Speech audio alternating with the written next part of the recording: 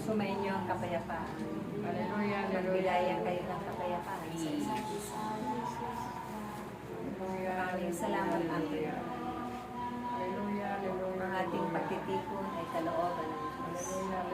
Kung kaya't huwag ninyong panghihinayaan ang ginugugol ninyong oras sa panahon, ang pag-aalay ninyo ng buong ang inyong mga sarili ay lubos-lubos na ipakita sa pamamagitan ng inyong mga paggawa.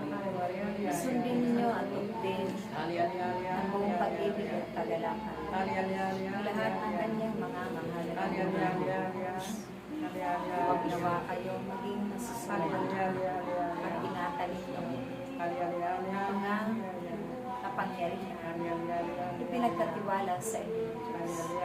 Gamitin ito sa kabutihan.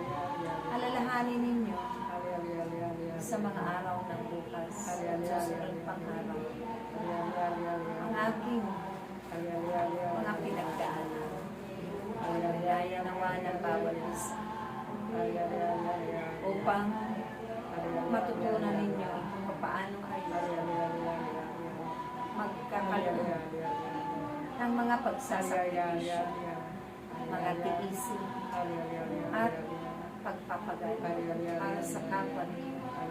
Sabay makalakip ng pag-ibig ninyo sa kanila. Tulad ng pag-ibig ng Diyos sa bawat isa sa inyo. Talaga ninyo ang inyong sarili ng buong puso. Pag-aalay nito na walang halong pag-aalinlangan sa kapangyarihan ng Diyos. Kaya't aking mga anak, ipagpatuloy nyo ang inyong mga gawaing mabuti. Ang inyong sinimulan na mabubuting bagay. Ito nawa ay magbunga ang kabutihan hanggang sa wakas ng inyong mga buhay. Paghandaan ninyo ang kabilang buhay dahil kailanman ay walang mananatili sa sanglibutan. Ang aking salita lamang ang siyang mananatili. Maglaho man ang lahat. Subalit, ang salita ko na makapangyarihan kailanman ay hindi pagwala. Maraming nagaganap ang na hindi pa ninyo na unawaan ng Diyos. Dahil ito ang kalooban ng Diyos sa mga nagaganap na inyong nasasaksihan.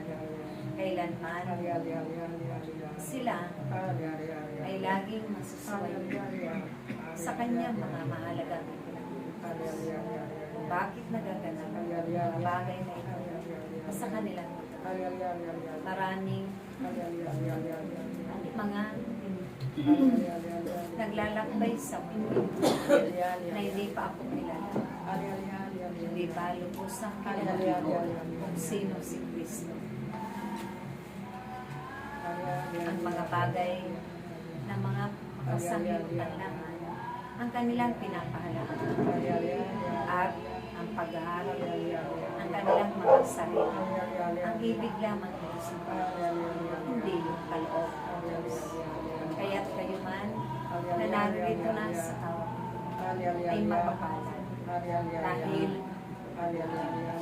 nalalaman na ninyo kung anong kahalaga at papaano magpapaalaga sa bawat akong sarili. Hindi natin ninyo ang dalawang araw pagkaisahan ang pananalangin para sa kapayapaan at para sa magsama ng kapalaran upang ito man ay hindi magaling sa inyo paano sa inyong bansa. Marami mga kung panawa kayo makalang upang padala sa banal na Panginoon nang sila man ay matanggap ang banal na Espiritu Santo at sa pamamagitan makakaptan din nila ang bagong buhay at makakalaya sa lahat ng kasalanan. Anong balik sa tingin at magbalik din ang kanilang nananalig na mga pananalig, pagtitiwala ang pananalig sa Diyos.